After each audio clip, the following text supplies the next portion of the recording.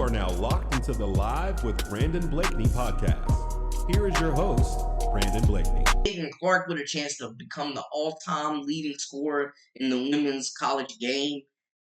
Fell short on the road, though, to Nebraska, and fell short of the record by 8 points. Now, she finished with 31. She was lighting it up for 3 quarters, but was held scoreless in the fourth when they needed her most. She had a couple good looks in the fourth quarter to give Iowa the lead or tie this game, and they just did not fall, man.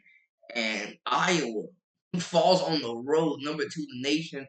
They hadn't lost to Nebraska since like 2019, so this was huge for Nebraska. Looking at the numbers, y'all, I just want to note that Iowa had a double-digit lead coming into the fourth quarter. Like, they were dominating this game for 3 quarters, man. They shot a better field goal percentage, outshooting Nebraska 45.5% to 42.5%. They shot the 10 for 32 from the 3. Nebraska was 10 for 31. I mean, combining for 60-plus 3-point shots is just wild, man. And Iowa 9 of 15, even points at the charity stripe. It is costing teams games, man. I'm telling you, especially when you lose by 3 points. Nebraska 82-79 took the win, and those missed free throws ended up costing Iowa. I'm gonna tell you right now, Nebraska more aggressive on the boards, out rebounding Iowa 45-38. They also win the turnover battle, forcing Iowa into 16 turnovers, man. And, I mean, we've seen other players step up lately for Iowa. You know, Hannah Stokey, 15-6. She's coming off a 40-plus point performance, making history, one of the young stars on this team.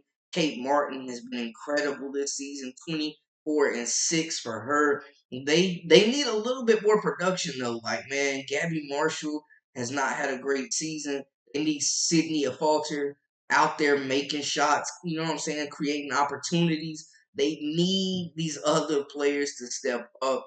And in the fourth quarter, when Caitlin Clark, you know, was just cold out there, not really impacting the game, we saw what Iowa looks like when she's not effective, and it wasn't good. They got outscored in the fourth quarter, 27-10.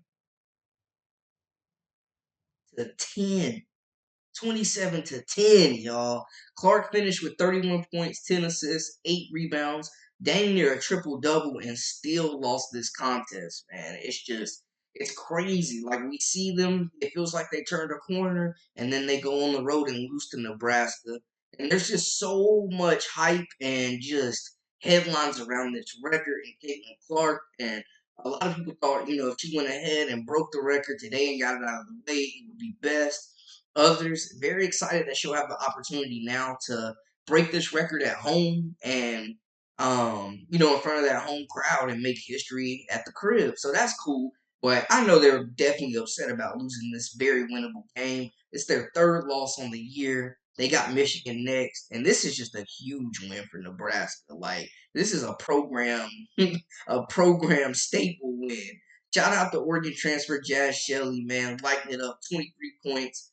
5 assists, 3 rebounds, making her impact, leaving her fingerprints all over this game. Natalie Potts, 14 points. Logan Nisley, 15. Alexis Markowski, 15 points, 11 rebounds, playing big down low. You know, man, I would not have given the edge to Nebraska's bigs in this contest coming in, but hey, they completely controlled the tempo and dominated the boards in the fourth quarter, man. They imposed their will. Nebraska made more shots. They got hot in that fourth quarter, and it was by far their best quarter, man. They didn't score over 23 points, over 22 points in any other quarter. Came in the fourth quarter trailing double digits and outscores Iowa 27-10.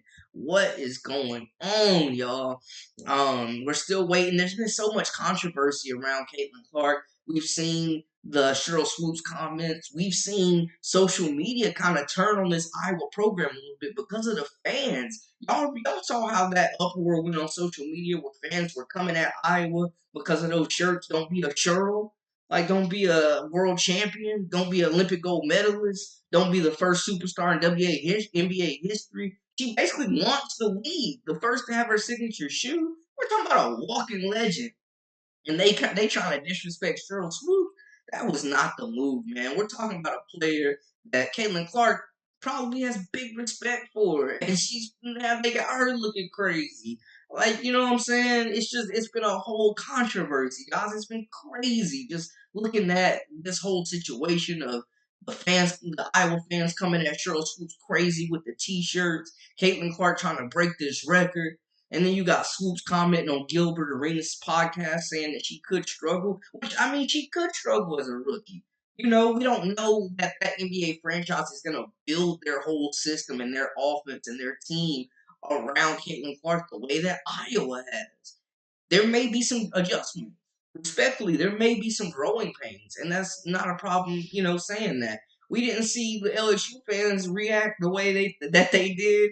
And she said the same thing about Angel Reese. I mean, that's coming from a legend in the game who knows how tough it is. We know how tough it is to make a WNBA roster, guys. We're seeing first round draft picks getting cut on the reg. Some of the biggest, most accomplished college stars coming into the WNBA are being cut and forced overseas. We're seeing that. Will Caitlin Clark come in and be effective? I think so.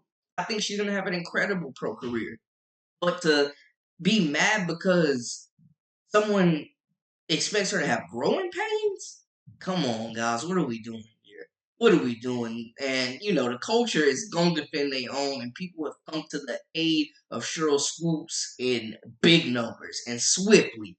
And people are not liking the disrespect, man. It's not a good look on Iowa. You go on the road and lose this game. I mean, you're one of the most watched teams in the nation. You have probably the most popular college athlete in all of college athletics in your squad, chasing an all-time record that's probably never going to be broken.